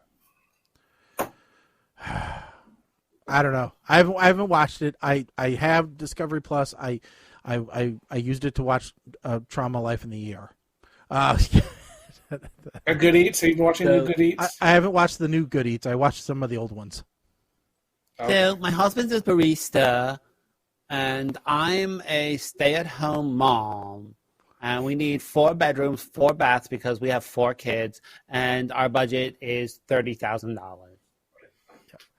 And I can work with that. Yeah. Yeah. No. Tables and shenanigans. I have a $2 million budget. Oh God, yeah. All right. Got 13 pieces of flair right here, man. All right. I think it's time to start our double feature movie review. Every show we take 2 movies. Suggested by the internets, by the streaming services, by YouTube, Netflix, Amazon Prime, things that are recommended. Or by this time, Mike the Ape Man. And usually it's a random number selector, but this time, because of the way that things happen to work out, given previous hijinks, Mike decided that he would take it upon himself to pick these 2 movies for us. And so we have the wonders of Best of Times, starring Kurt Russell and Robin Williams, and Waiting, starring those people that I don't remember. Dane Cook's in it for a hot second. Ryan Reynolds is in it, and it's Justin Long. Yeah, those are the important people. That's all you really need to know. All right, so what one do you want to cover first? We'll go alphabetical order. Let's go Best of Times. Let's do that one first. Okay. Best of Times. All right, Best of Times, and we will start off with Colin going first. Colin, you're up. Okay, Best of Times. Now, Robin Williams, Kurt Russell, and other people. Yeah. So, you ever know anybody who's just really stuck on their high school sports career? Maybe, and so this is basically a movie about those people. Ryan Williams Ryan Williams is funny. Okay, so he makes this movie funny just by being there, but he's horribly miscast as a high school football player who, can't get on with his life because all he can think about is this ball that he failed to catch in a football game. Because you look at Ron Williams and you're like, football player is not the sport I would expect Ron Williams to be playing. Kurt Russell as a quarterback, okay, that's believable at least. In fact, I think he even, if I remember correctly, even dressed as a football player back when he was doing Disney movies, if I remember correctly. Anyway, I would say this movie is too long. It kind of starts getting satisfying near at the end. There's a couple little plot pieces with a mascot costume that I actually thought was actually pretty good writing at that point. There's some actual plotting there that I thought, that's actually pretty intricate. That's good. I like that. But getting there, it felt like a sitcom. It felt like we were watching a sitcom, and we were sitting there watching the entire season of the sitcom in one sitting. And most of the episodes didn't really have anything happening in them. So you're just watching it going, okay, I don't know why that episode existed. We could have skipped that episode, and the plot would have been fine. Being said, this is not a movie I ever plan to watch again. And actually, I'm going to... Whatever one step is below meh is actually where I'm going to stick this. I'm not exactly sure what we put that. Is that cough or whatever it is? Yeah. Cough. Yeah. Cough. I'm going to put this at cough. It's just, there are parts of it. I'll put it this way. Okay. I really liked how it opened, and I liked how it ended. And I think too much of the middle of it broke the movie for me. That's why I'm not even give it a map, because I may be a little bit disappointed in it. All right. I'll go next and then let Mike clean up. All right. Best of times. I watched this one today when at 2 o'clock I remembered, I haven't watched this yet. So, probably the freshest in my mind, unfortunately. This Robin Williams' catalog of work. All right. Lots of shining examples. Great performances. He comedic genius. All right. Does some amazing dramatic work as well. All right. There are plenty of examples of Robin Williams being a tremendous actor. This is not one of those. All right. This is a fail. Kurt Russell, good actor. I didn't care for him much in Guardians of the Galaxy 2, but in general, loved him in Overboard. But in this one, he's playing Kurt Russell. He's playing the part he always plays. And honestly, he's playing it better. He's playing better than Robin Williams is, and nobody should ever outshine Robin Williams. All right? What really makes me upset is that in looking at other lists, they rank the best of times more comedy-filled and a better performance for Robin Williams than Toys, Hook, or Patch Adams. Some people need their head examined. All right? Those three are all much better performances than this piece of trash. All right? Colin already laid out the storyline. All right? Fumble, doesn't make it when he's in high school, then ruins the rest of his life regretting what he didn't do. All right? Then, all of a sudden, gets the idea, let's play the game again, and let me try and fix it. Everybody knew he trashed the hall. Everybody knew.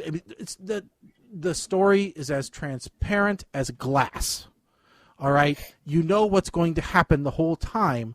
There's nothing inventive about this. And I will say it's not even that funny most of the time. All right? You're trying to laugh at this character who's totally inept, but he's just sad. So this one, for me, I'm not going to give it a puke just because I can't. But I'm going to give it a verb because that's about as low as I can grade anything for Robin Williams. It's just don't waste your time. Here's the general rule with a Robin Williams movie. If you haven't heard of it, don't watch it. All right? It's easy. That's the way it goes. All right. Mike, you're up.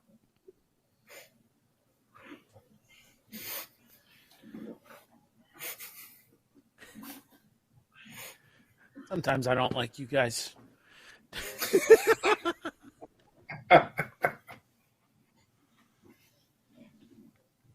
So this movie always struck me as a fun movie.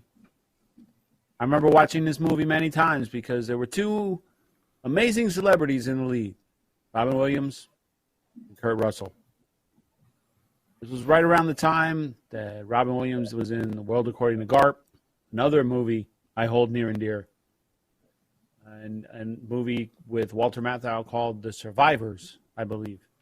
I also remember seeing this movie later in life on HBO during a time where I was trying to figure out my path in this world and reminiscing about a past athletic event similar to Jack, feeling very much like Reno, but I could have gone further had. And there's the bright spot in this movie that neither of you touched on. This is the big screen debut of Kirk Cameron as Reno Hightower's son. No, it's not really a bright spot, but it's worth noting. We also had Tracy Gold make an appearance, and the chick who played the love interest in the third Karate Kid, Robin Lively. And there's the amazing manipulation by Jack's character to sway the town via Sabotage, and the aerobics leg warmer scene. But the main thing about this movie is, of course, the football game. It's somewhat disheartening, as I truly do not know if this would ever actually happen in real life.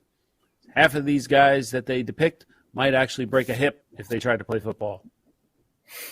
Not to mention that Robin Williams actually playing football does not seem plausible in any universe unless he was possibly the kicker, which I guess makes it even better as far as the movie is concerned.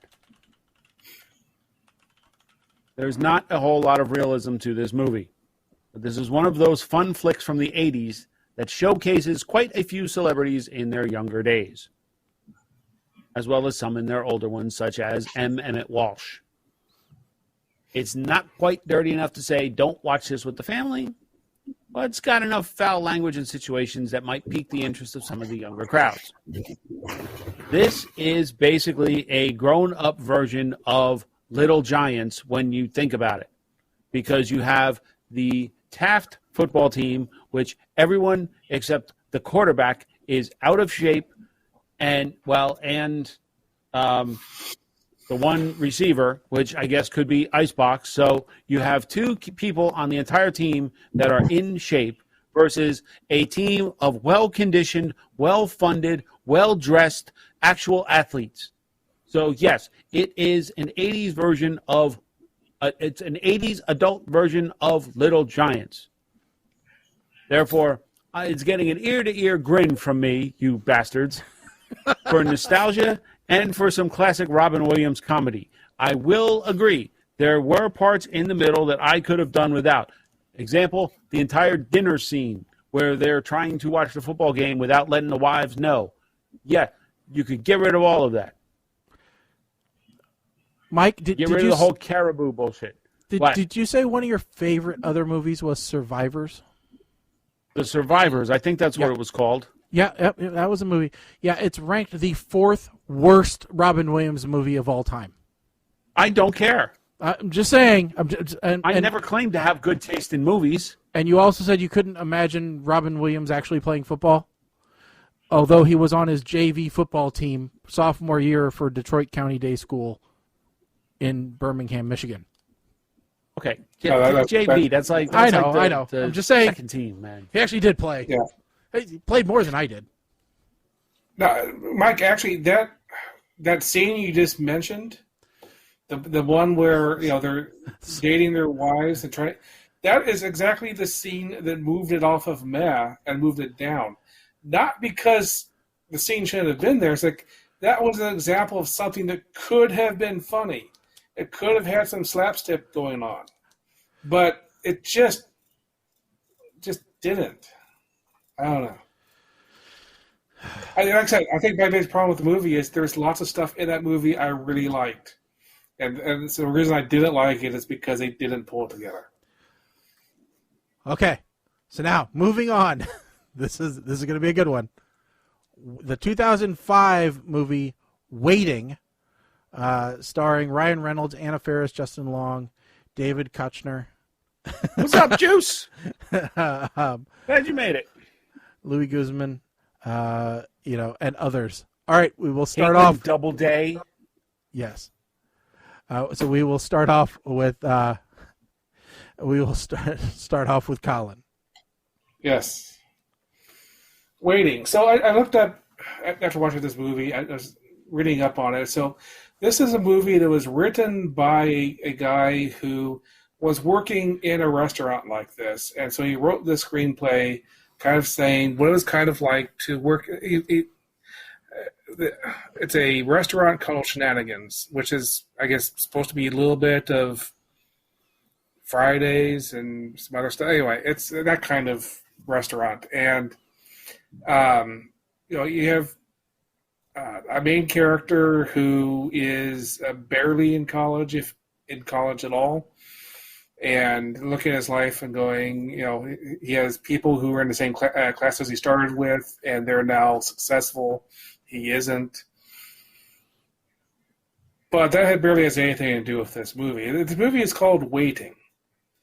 And watching this movie, the Waiting title is very apt because you spend the entire movie waiting for a movie to begin.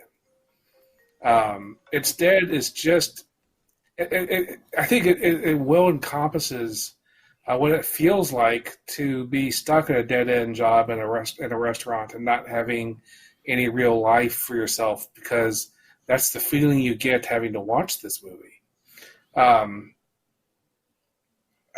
most I'll say about it is that this movie actually has, yes, it has Ryan Reynolds, it has Anna Faris, it has Justin Long, it has a lot of people in it, okay? But the only character in the entire movie I liked is played by one of my favorite little-known actors, and that's Chi McBride. Chi McBride has been in little things here and there. My favorite thing he was in 2 seasons that existed of Human Target. He played the partner of the main character. I really like Chi McBride. And in this movie, he plays this guy who, he kind of sits. I wasn't exactly sure what part of the restaurant he was sitting in, because sometimes there was complete done food there, and sometimes it was empty plates. So I wasn't sure if it was the place where you wash the dishes. I don't know what he was doing, but he sits back there and he kind of gives counseling to the other characters. As usual, everything he did was great. Otherwise, this movie did absolutely nothing for me, and I'm going to give it a verb. All right. I'll go next. So I had seen this movie before, but it had been a while. And this is a movie up my alley. All right. This is that bro comedy kind of movie that is just, it's my wheelhouse, man. It's the kind that I like. If there had been more boobs in it, this would have been 100% my jam. Mike, next time just pick one with a little bit more nudity, okay? There is, I guess they could make an unrated cut which would have full frontal male nudity. Not quite my jam, but whatever. So yes, it's about Shenanigans, the restaurant, which is like a Bennigan's, a TGI Fridays, whatever it is. But it gives a look into the world of sit down restaurant life. Now, I only have the experience of McDonald's life, but I can see enough similarities in here to say, yeah, fairly accurate portrayal of everything that happens. Now, the additives to the plate that got sent back to the kitchen. I don't know exactly how accurate that is. The shredded the Parmesan cheese, the all that, the extra gravy. I don't know how accurate that really is. I could see that happening, though. We've watched enough cooking shows to say definitely could occur. And I like this movie. It's a funny movie. It gets a lot of things quickly moving. About the only thing that I would say they could take away from this movie that, might get rid of 1 or 2 minutes here or there is the druggy busboys. All right? They're ancillary characters that we really don't have to have.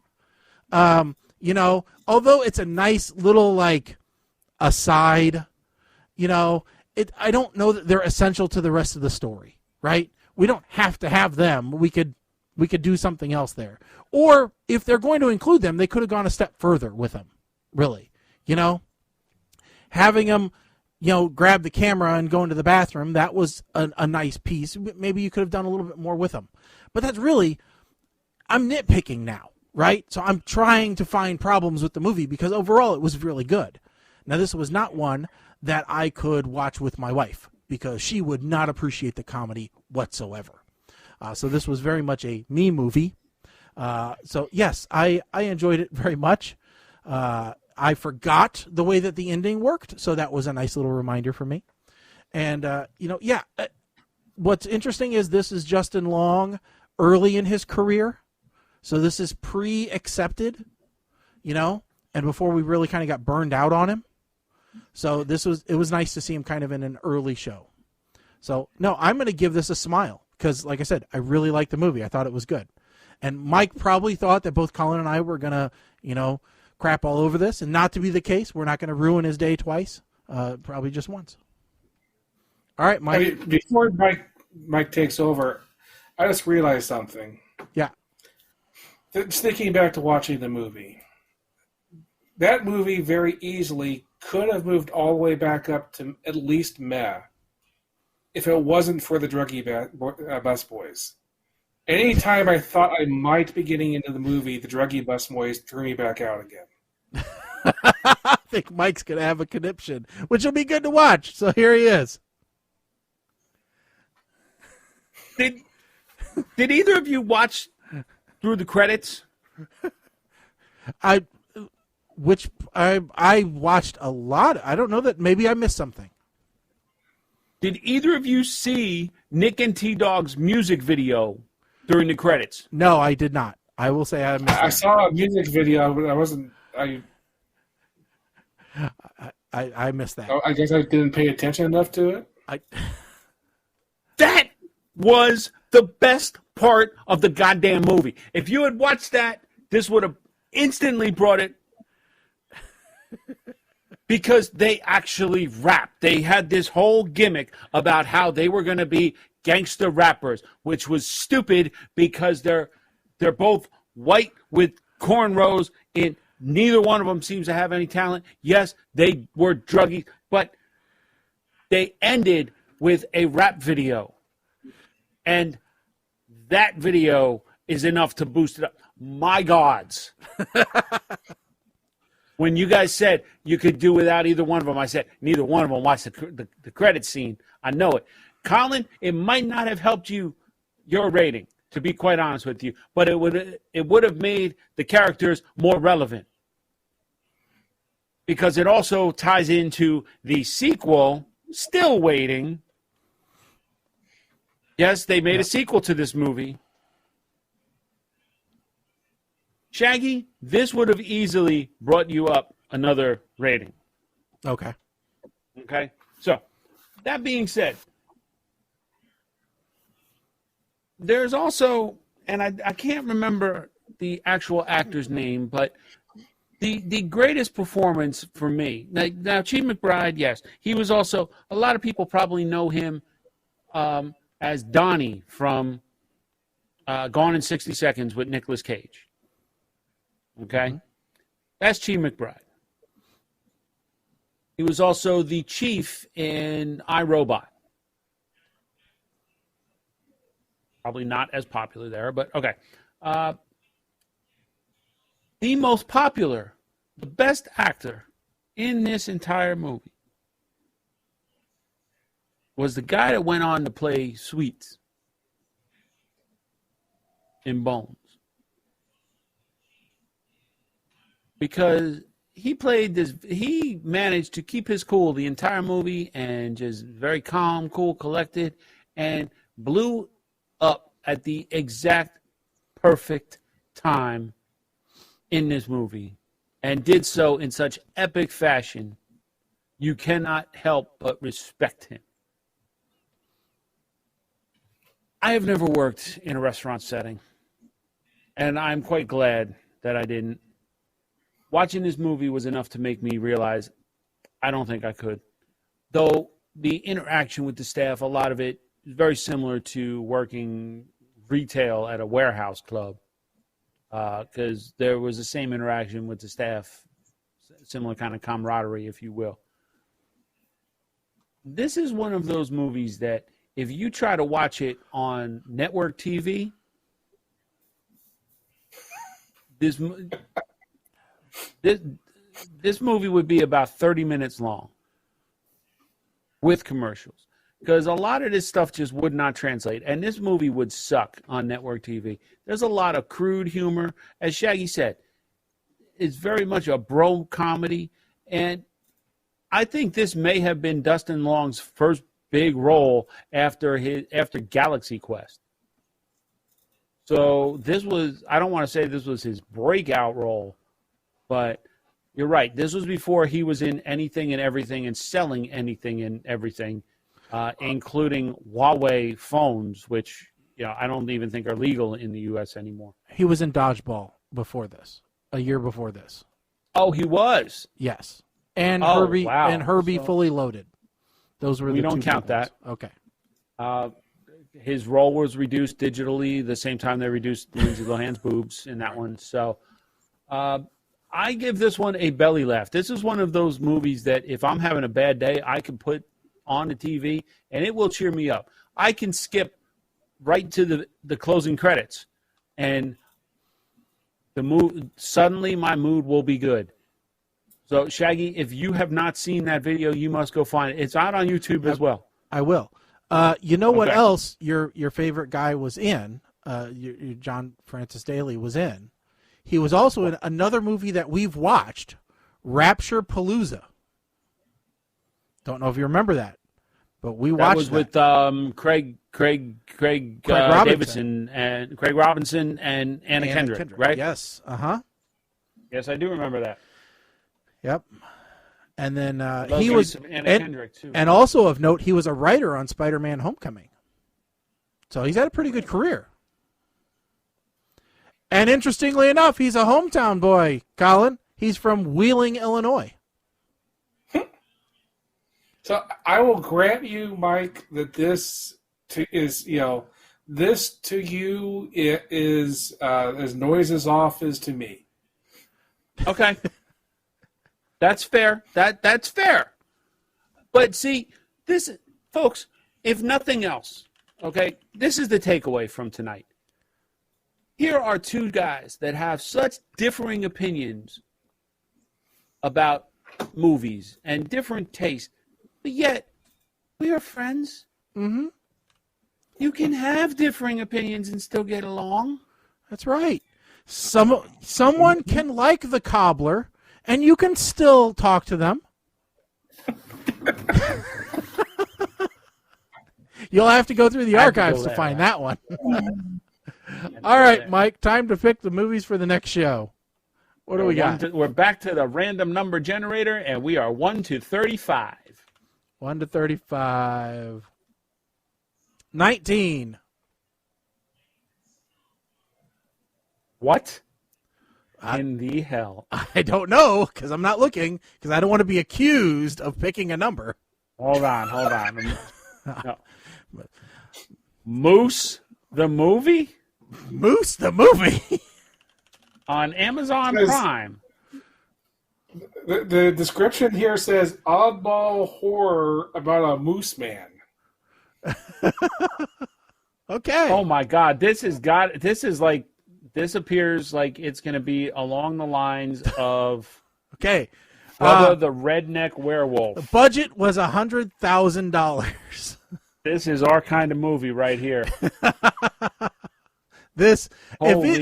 I hope it's as good as Bubba the Redneck Werewolf, because that was great. Or it's going to be similar to Velocipaster with special effects. I can guarantee it. Oh, God. Oh, speaking of which, so I had to demo an application for work today, which was a document translator. It translated documents into foreign languages. And so I just had to pick anything on my hard drive at random to translate. So I translated my movie review of Alligator X into Spanish. And I got people were commenting that they said, I don't even know Spanish, but I can figure out that the CGI in that movie was horrible. Oh my God! So we're gonna this movie at least fulfills your requirements for IMDb trivia. It has more than two. It has 3 trailers, Mike. Is a teaser trailer, an official trailer, a bonus trailer. 7. Oh, it has 7 different trivias on IMDb. Okay. All right. Juice is saying that this is rigged. Yeah. Okay. Go ahead. 26.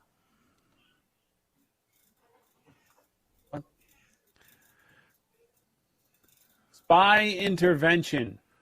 Oh, this has been showing up on my list for a long time. Who the hell? Poppy Delevingne? Wait, who the hell is this?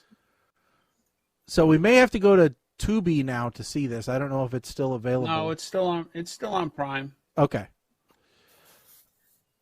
So this is when the world's greatest spy meets the woman of his dreams, he abandons his adventurous existence and settles into the security of suburbia. Oh, crap. Are you kidding me? This guy's in this? Drew Van Acker. No. Blake Anderson, one third of the team that brought us that's in every ball showing movie. Well, don't worry, man. It can't be too bad because his name in this movie is Smuts. So obviously he's classy.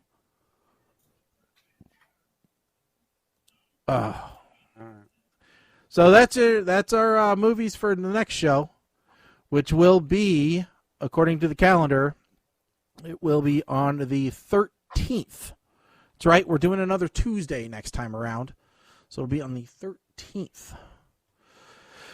Oh, and with that said, pretty much that rounds out this episode of PTR Radio. And I want to thank everybody for tuning in. Don't forget to check out our website, ptrradio.com, as well as everywhere on social media you can think of to find us: Facebook, Twitter, Instagram. We also got the YouTubes going on. Just look for PTR Radio on any of those. Our podcast has also been updated. It's fully up to date now, and we'll try to get tonight's show up there by tomorrow. So if you miss an episode live, you can either catch it on YouTube or Facebook, or you can just subscribe to the podcast. That's really the easiest way. That way you can listen to it on the go, commercial free, if you will. It's free for you, and it's fairly cheap for us. And we really appreciate it if you would go and tell all your friends about this wonderfulness that you get to tune into, for nothing, right? We don't charge nothing. We don't take attendance at the beginning. You can sit in whatever chair you want.